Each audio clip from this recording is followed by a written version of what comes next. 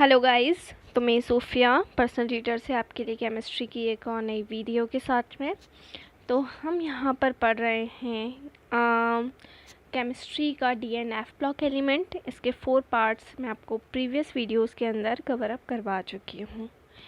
तो लॉकडाउन चल रहा है, सभी सोशल डिस्टेंसिंग फॉलो करें, अपने अपने घरों में रहें और सेफ़ रहें और ज़्यादा से ज़्यादा स्टडी करें क्योंकि बहुत अच्छा टाइम आप लोगों को मिला है। तो हम स्टार्ट करते हैं DNF ब्लॉक एलिमेंट्स का पार्ट 5। लास्ट वीडियो तक हमने ये कुछ प्रॉपर्टीज़ की ट्रेंडिंग देखी थी। अब हम आयनाइजेशन एंथैल्पी, जो कि एक बहुत ही इम्पॉर्टेंट फैक्टर है डी ब्लॉक एलिमेंट का, वो हम पढ़ रहे हैं। देखिए, अगर हम टेबल के अकॉर्डिंग देखें तो हमने जब टेबल में देखा तो हमने ट्रेंडिंग देखी कि ionization enthalpy left to right जाने पर क्या हो रही है, इंक्रीज़ हो रही है। सीरीज़ के अंदर जब हम लेफ़्ट टू राइट जा रहे हैं तो आयनाइजेशन एंथैल्पी क्या हो जा रही है, इंक्रीज़ हो रही है। रीज़न इज़ दैट कि न्यूक्लियर चार्ज की वैल्यू बढ़ती है और न्यूक्लियर चार्ज की वैल्यू बढ़ने की वजह से जो न्यूक्लियर फोर्स ऑफ अट्रैक्शन है वो ज़्यादा हो जाता है और इसी वजह से आयनाइजेशन एंथैल्पी भी ज़्यादा हो जाती है। ठीक है, जो हम टेबल में ऑलरेडी देख चुके हैं। हमने टेबल में फर्स्ट ट्रांजिशन सीरीज़ को देखा, ठीक है, और इसका मतलब ये हुआ कि ये जो वैल्यूज़ हमारी जो बड़ी हैं, सक्सेसिव एंथैल्पीज़ जिसको हम कहते हैं, क्लियर, ठीक है, वो नॉन ट्रांजिशन एलिमेंट्स में कुछ वेरिएशन को शो करती है जो हम ऑलरेडी डिस्कस कर चुके हैं।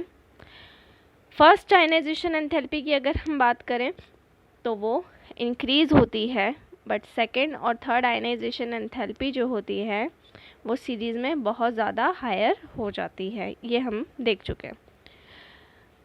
अगर हम देखें irregular trend first ionization enthalpy में 3D सीरीज़ के अंदर, ठीक है, तो ये जनरली होता है इलेक्ट्रॉन के रिमूवल के ऊपर डिपेंड, क्योंकि जो रिलेटिव एनर्जीज रहती है 4s और 3D ऑर्बिटल की, वो ऑलमोस्ट बहुत उनमें कम डिफरेंस होता है और इस वजह से हम उसमें एक्सेप्शंस भी देखते हैं और यही रीज़न है कि आयनाइजेशन एंथैल्पी में ये इरेगुलर ट्रेंड हमको देखने को मिलता है।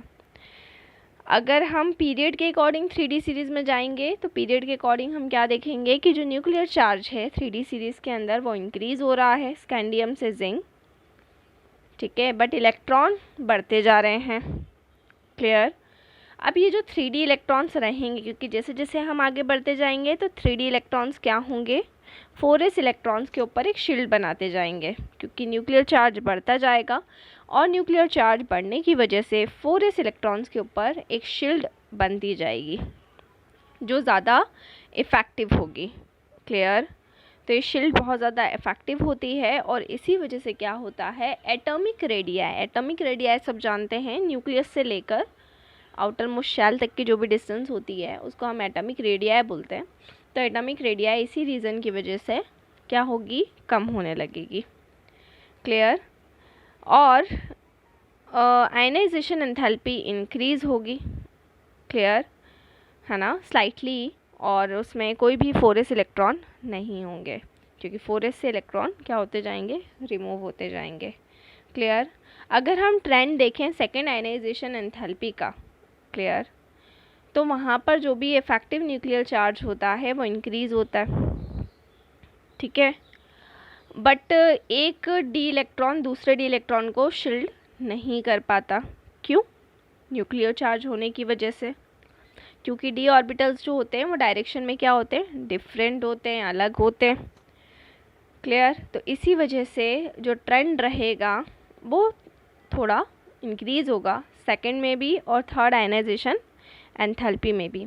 बट सेकेंड और थर्ड वाली टेबल अगर मैं वापस से देखूँ कि ये मेरी देखिएगा, ये मेरी सेकेंड आयनाइजेशन एंथैल्पी है और ये थर्ड आयनाइजेशन एंथैल्पी है। तो आप देख सकते हैं, अगर मैं सेकेंड में देखूँ तो स्कैंडियम, टाइटेनियम, वैनेडियम, क्रोमियम तक ये ट्रेंड इंक्रीज़ हो रहा है, लेकिन मैग्नीज और आयरन पे आके ये ट्रेंड क्या हो जाता है, डिक्रीज़ हो जाता है, ठीक है। तो ये ट्रेंड हम यहाँ पर देखते हैं सेकेंड आयनाइजेशन एंथैल्पी के अंदर कि मैग्नीज़ और आयरन की अगर हम बात करते हैं तो वहाँ पर जब वो फॉर्मेशन होता है तो वहाँ पर थोड़ा इंक्रीमेंट हो जाता है। क्लियर। इन दोनों केसेस के अंदर इनका कन्फिग्रेशन D5 हो जाता है। अगर हम Mn2+ देखें और Fe3+ देखें, ठीक है, मतलब Mn की सेकेंड आयनाइजेशन एंथैल्पी और Fe की थर्ड आयनाइजेशन एंथैल्पी, तो इनका कन्फिग्रेशन हो जाएगा D5, ठीक है। और इसी वजह से यहाँ पर ब्रेक होगा आगे की ट्रांजिशन सीरीज़, फिर उन्हीं वेरिएशन के साथ आगे बढ़ने लगेगी। क्लियर। देखिए यहाँ पर जो आयनाइजेशन एंथैल्पी के अंदर 3 टर्म्स रिस्पॉन्सिबल होती हैं, ठीक है। जैसे कि सबसे पहले अगर हम बात करें कि जो भी आयनाइजेशन एंथैल्पी की वैल्यू होगी वो क्या होगी, अट्रैक्शन के बेसिस पे हम निकालते हैं न्यूक्लियस और इलेक्ट्रॉन के बीच में, ठीक है। और रिपल्शन होता है किसके बीच में, इलेक्ट्रॉन और एक्सचेंज एनर्जी के बीच में। अब एक्सचेंज एनर्जी क्या होती है, एनर्जी स्टेट में स्टेबलाइजेशन लाने के लिए एक्सचेंज एनर्जी रिस्पॉन्सिबल होती है।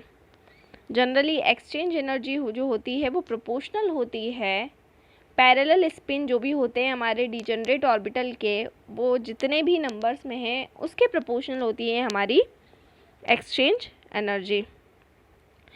जब बहुत सारे इलेक्ट्रॉन डिजनरेट ऑर्बिटल के सेट को ऑक्यूपाई कर लेते हैं, ठीक है, तो जो भी लोवेस्ट एनर्जी स्टेट होती है, ठीक है, वो मैक्सिमम पॉसिबल एक्सचेंज में हो जाती है सिंगल ऑक्यूपेशन ऑफ ऑर्बिटल के लिए, या फिर बोल सकते हैं पैरेलल स्पिन के लिए, जिसको हम कहते हैं हुन्स रूल, जो हम ऑलरेडी पढ़ चुके हैं हुन रूल्स, ठीक है। और जैसे जैसे एक्सचेंज एनर्जी का जो लॉस है वो इंक्रीज़ होता जाएगा, ठीक है, जैसे जैसे लॉस होने लगेगा एक्सचेंज एनर्जी का, तो उसी के साथ साथ में स्टेबिलिटी भी बढ़ने लगेगी। मतलब जितना ज़्यादा एक्सचेंज एनर्जी का लॉस होगा उतनी ज़्यादा स्टेबिलिटी होगी, और स्टेबिलिटी अगर ज़्यादा होगी तो आयनाइजेशन बहुत ज़्यादा डिफ़िकल्ट हो जाएगा। क्लियर। अगर हम बात करते हैं D6 कन्फिग्रेशन की अगर हम यहाँ पर बात करेंगे तो यहाँ पर आयनाइजेशन बहुत ही ज़्यादा डिफ़िकल्ट हो जाएगा। Mn+ की अगर हम बात करें तो 3d5 4s1 उसका कन्फिग्रेशन होता है, और Cr+ की बात करें तो D5 उसका कन्फिग्रेशन होता है। तो Mn+ लोअर होगा एज़ कम्पेयर टू Cr+। ऐसे ही अगर हम Fe2+ की बात करें तो D6 कन्फिग्रेशन होगा, और Mn2+ की बात करें तो 3d5 कन्फिग्रेशन होगा, और इसीलिए जो Fe2+ है वो लोअर हो जाएगा एज़ कम्पेयर टू Mn2+। मतलब ये बोल सकते हैं हम कि जो थर्ड आयनाइजेशन एंथैल्पी है Fe की वो Mn से क्या हो गई है, लो हो गई है। क्लियर। सबसे लोवेस्ट कॉमन ऑक्सीडेशन स्टेट जो मेटल्स की होती है वो +2 होती है ना, जो M2+ आयन को बनाने में पार्टिसिपेट करती है, सबसे कम है ना। क्लियर। अगर हम फर्स्ट और सेकेंड आयनाइजेशन एंथैल्पी को क्या कर दें, सम कर दें, ठीक है, तो इन दोनों को सम करने पर रिक्वायर्ड जो भी अमाउंट हमें मिलेगी, जो भी वैल्यू हमें मिलेगी, वो रिक्वायर्ड रहेगी एंथैल्पी ऑफ एटमाइजेशन के लिए। क्लियर। अगर हम बात करें सेकेंड आयनाइजेशन एंथैल्पी की, तो सेकेंड आयनाइजेशन एंथैल्पी जो होती है वो क्रोमियम कॉपर के लिए बहुत हायर होती है, ठीक है, जहाँ पर उनका कन्फिग्रेशन D5 और D10 होता है। अगर हम जिंक की बात करें तो ये लो रहेगी, क्योंकि 1s इलेक्ट्रॉन का जो भी रिमूवल होता है, आयनाइजेशन से 1s इलेक्ट्रॉन का रिमूवल होता है, जिसकी वजह से D10 एक स्टेबल कन्फिग्रेशन हो जाएगा। क्लियर। तो अगर हम जिंक की बात कर रहे हैं तो S में से दोनों इलेक्ट्रॉन रिमूव हो जाएंगे और वो D10 पे पहुंच जाएगा, जो कि एक स्टेबल कन्फिग्रेशन है, और स्टेबल अगर वो स्टेबिलिटी पे पहुंच रहा है तो इलेक्ट्रॉन को निकालना आसान हो जाएगा। अगर थर्ड आयनाइजेशन एंथैल्पी की बात करें तो ये कॉम्प्लिकेटेड नहीं होगा 4s ऑर्बिटल फैक्टर की वजह से, और यहाँ पर इलेक्ट्रॉन को निकालने में बहुत ही ज़्यादा डिफ़िकल्टी रहेगी। जैसे अगर हम D5 और D10 की बात करें तो D5 और D10 में से इलेक्ट्रॉन को निकालने में बहुत ज़्यादा डिफ़िकल्टी रहेगी, ठीक है, क्योंकि आयनाइजेशन एंथैल्पी बहुत ज़्यादा हो जाएगी। क्योंकि यहाँ पर अगर जिंक की बात कर रहे हैं तो वो भी उसके पूरे ऑर्बिटल वो तो फुलफिल ही हैं, और Mn की बात करें तो वो D5 कन्फिग्रेशन पे है। ठीक है। ऐसे ही अगर हम बात करें थर्ड आयनाइजेशन एंथैल्पी की, तो कॉपर, निकल, जिंक, ठीक है, ये भी high values of third ionization enthalpy को इंडिकेट करते हैं। ठीक है, क्लियर है ना।